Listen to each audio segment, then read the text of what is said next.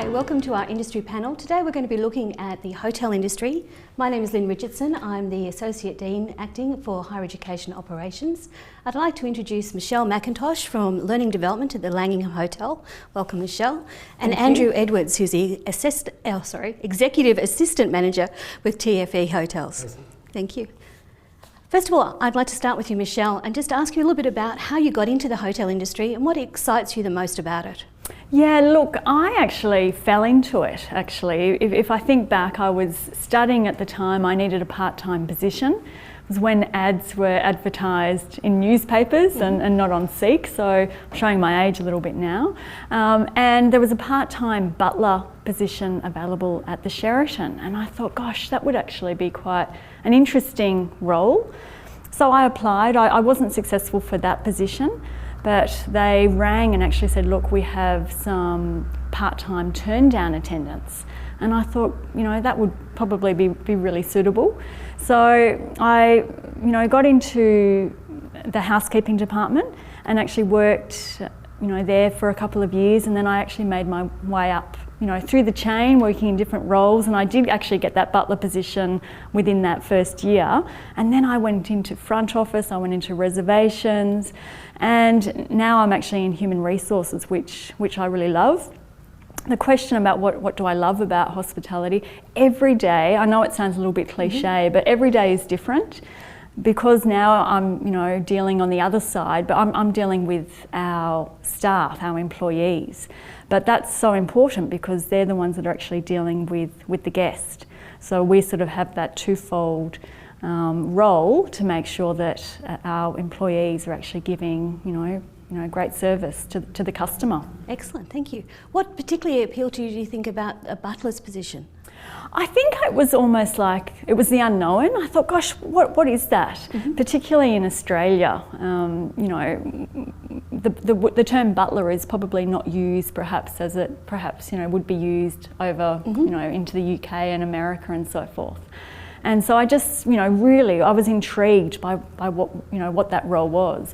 It was when Sheraton was going to have an all butler hotel. Okay. And that's where that concept came from as well. So it was just almost thinking, what is that role? It sounds really intriguing, and that's why I actually originally applied. Excellent, thank you. What about for you, Andrew? I feel like Michelle's stolen a lot of my cliches for what I'm about to say. I also fell into hospitality. My background prior to hotels was marketing and sales. I was actually in that for 8 years and studied while I worked.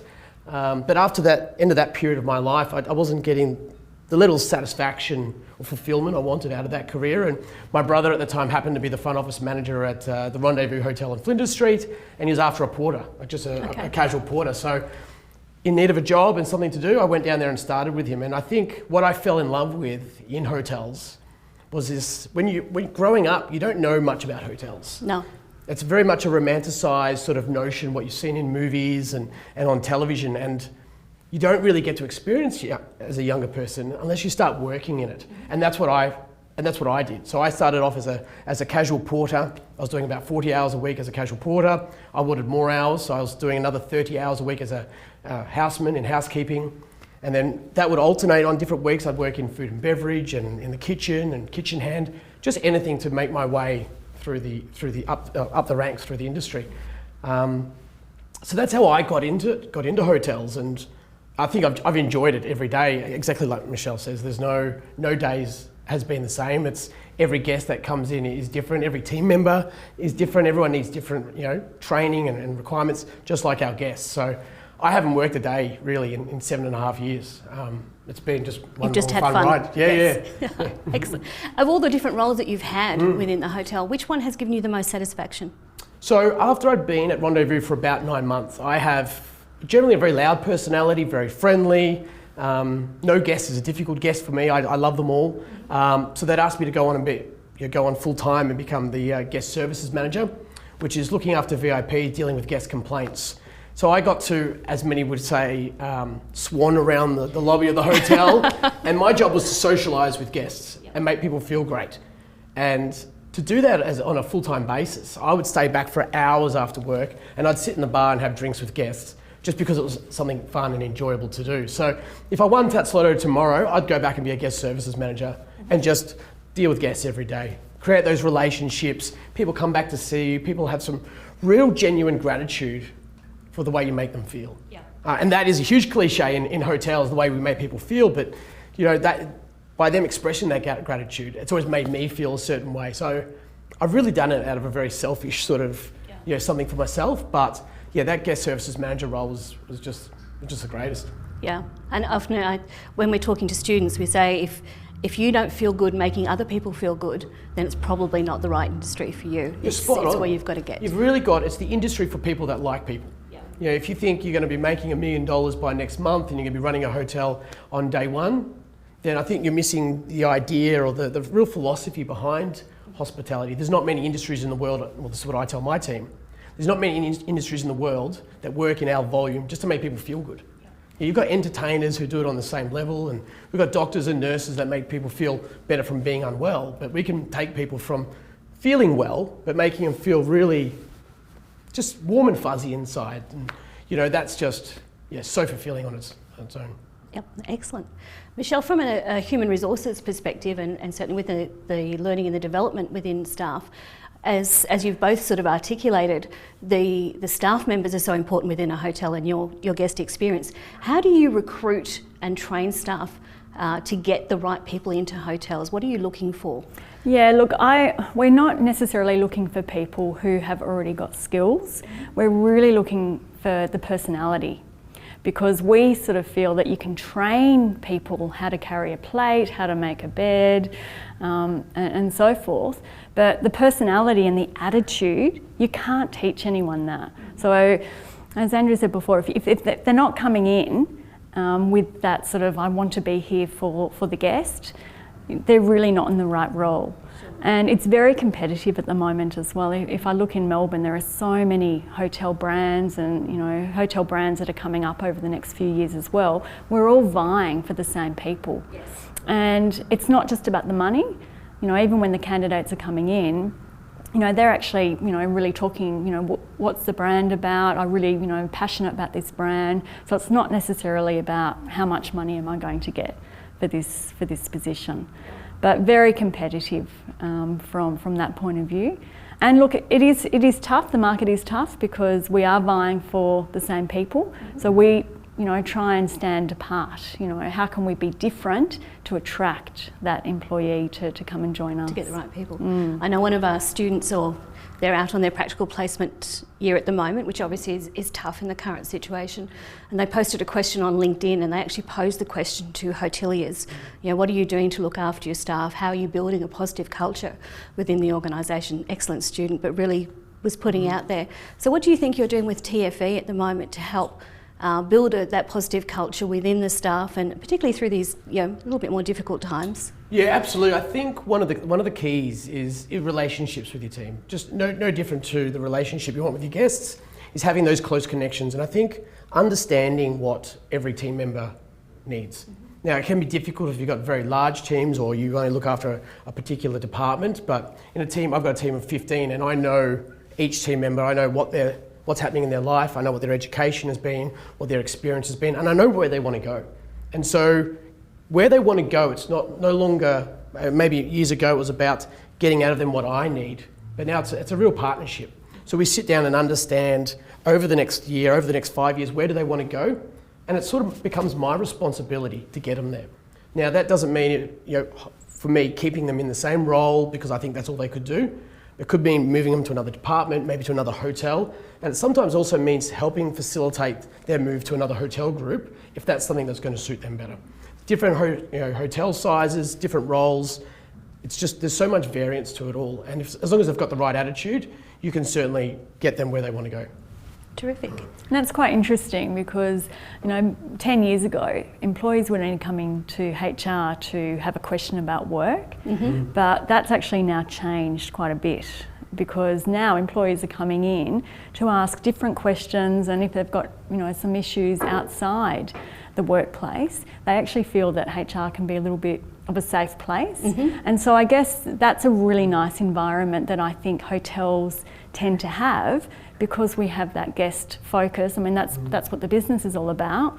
But you know, from the employee perspective, that's now sort of branched into that area as well, because we can help that staff member, whether or not, you know, give them some guidance on who they can contact, or just, you know, make them feel better. You know, gone are the days where, you know, you only go to HR because, you know, you're in trouble or something like that. You know, and again, you know, the door is always open, and I think it's just because of that, you know, that customer focus. Absolutely, and because you become such a family working together, so reliant on each other within a hotel. It's very much a team-based environment. You can't, you know, if you're not working together, then it's just not going to happen. And then so many different, you know, the diversity of the workplace now. I mean, that's really changed over the last 5 years as well, because, you know, you've got different cultures, people from, you know, different areas, and it's really about blending all of that together and making it work. Yeah, that diversity is something that, you know, makes our hotels great. Also can pose, you know, quite the challenge at times.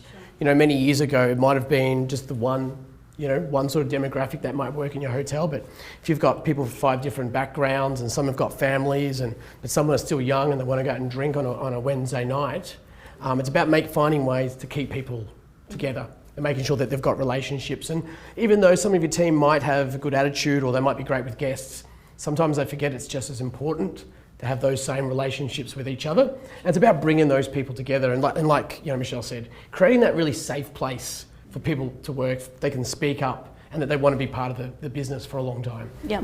No, that's terrific.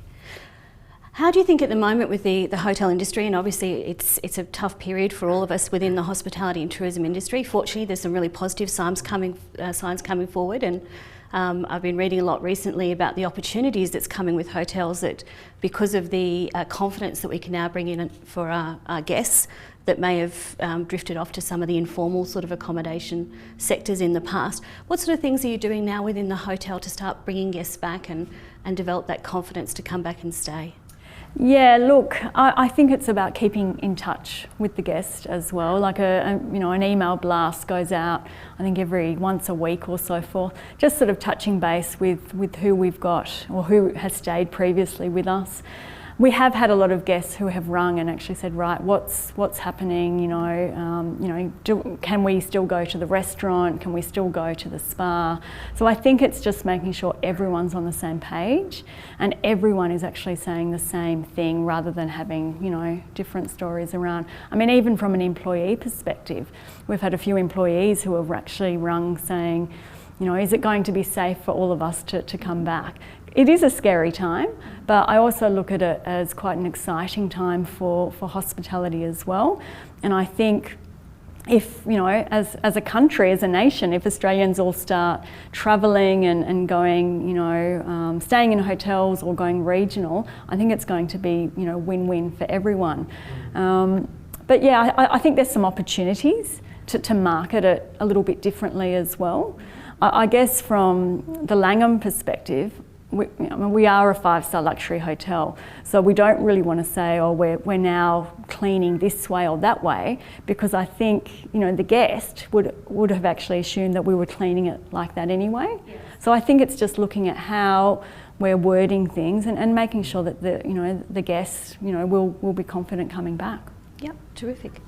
And Andrew, from your perspective? Yeah, I think it's been a very interesting time. There is a lot of promise in the market, and I think hospitality or tourism in Australia has always been such a strong industry, and it will return. But I think one of the keys I've really taken out of this, and what we have to take forward, it's, you know, probably something Michelle deals with on a daily basis as well, is the health and safety of our team and guests. You know, one of my biggest fears is a team member hurting themselves on site, maybe because they didn't follow instructions or the instructions weren't clear, or even worse, I haven't provided them a safe working environment. And you know, you look at the news recently, and you just understand that whether it's in hotels or any other working environment, we really have to look after each other. And at TFE, we've had a bit of a different approach. So we've created what we call our Clean Touch program. We wanted to make sure all our corporates and our clients have this very confident understanding that we recognise there's been an issue. We didn't want to take away from the fact that we believe our rooms have always been clean, but we really want to tick off all those inquiries that come through, people asking, do you have isolation guests in hotel? What are you doing at the moment to mitigate these issues? So we're looking at things like we're removing in-room compendiums, in-room menus. You don't have your notepad and pen in the room anymore. Items like that you just can't sanitize from guest to guest, and they're not typically items that either they get replaced or sanitized or cleaned during a normal clean. So creating an entire program around that now, and actually creating our own brand with it. So not only does it really show clients and guests what we're doing, but it gives the team a lot of confidence about what are we doing during this time. I mean, it is huge. People are going to be talking about the impact of the industry for a very long time, and having that confidence for guests, clients, and our team that we're doing something about it. It's a focus. We've done the research, and we're changing how we do things. Is really, really important. Yeah, no, excellent. Michelle, and particularly from an HR perspective, what sort of advice would you be giving to young people who are looking at joining this very exciting industry? What sort of advice would you be giving to them at the moment? And look, I think the world is an oyster, and I think hospitality it's an exciting time. It always will be. We've just got a few bumps that we have to get through to make sure hotels are starting to get really busy again. But it's exciting. I mean, you can be in different departments. You can be in food and beverage. You could be in housekeeping. You could be in front office, reservations, stewarding, kitchen. There are so many different areas. And a lot of our employees, they actually work, through the different departments. And if I think back, we have something that's called multi-skilling, what the hotel was actually built on many years ago. And it just gives people the opportunity that they're employed as a level 1 or they're employed as a level 2 employee, but they can actually work through the different roles in each of those levels. But certainly, if you want to just be in one role and be in that role for 10 years, you certainly can be. But also there's the opportunity, if you want a career path through the hotel, there's certainly that as well. So we have a mix of both kinds of people, which I think you need, but certainly, it's exciting. I mean, people, we will be able to go overseas again, and I think people can take all the skills and knowledge they learn from a hotel here and certainly take it overseas or even in other industries as well. Yeah, no, excellent. And Andrew, what advice would you give? My advice would be get into it as soon as you can. So if you're going to study with William Anglis, be working in hospitality already, and don't be afraid of what's happening in the world at the moment. All the travel that isn't coming into Australia at the moment is just going to bottle itself up, and it's going to come. There will be plenty of work, and it's a fun industry to be in. And exactly as Michelle said, you could work anywhere in the world. You look at the Langham, you've got properties in the US. TFE hotels have got properties throughout Europe. And the access you get through working in a hotel group to work overseas there's just the opportunities galore. We bring in team members from Germany to come work in TFE for 12 months at a time. And I think the opportunities to learn and multitask and multi-skill at the moment is huge. I've got team members at the moment who normally work reception are learning about how difficult it can be to clean a bathroom. And then I've got others that are reception, but then they've got all this time now to develop and go, okay, so what's the next steps in their career, and how can I continue to support that? And what training can I do during this time? So I think the opportunities are always endless in hospitality, whether it's hotels or, you could be working on an island resort or you could be working in a restaurant. It's a fun industry, it always will be. Even now, it's still a fun industry. And you could really go anywhere with it. Again, as long as the magic word is attitude. But yeah, it's a fun time. It's a fun industry. And it's such a good place to meet people, to meet friends as well, because, again, you come across so many different people as well. Yeah. Fantastic. And we have graduates and students who I know work with both your properties, and yes, we certainly appreciate the support that you give us and that you give to them, and hope that our students are doing the right thing by you. I know they're always in high demands, which is excellent. One last question for you both. What are you most excited about in the future for the hotel industry? I'll start with Michelle. Yeah, look, I think we've got some different brands coming into Melbourne in particular, and I think that really gives people opportunities to look at the different brands as well. It also gives people the opportunity to move around. I guess it makes the hotels very competitive because, you know, there's always going to be someone, you know, brand new rather than someone, you know, 15, 20 years old.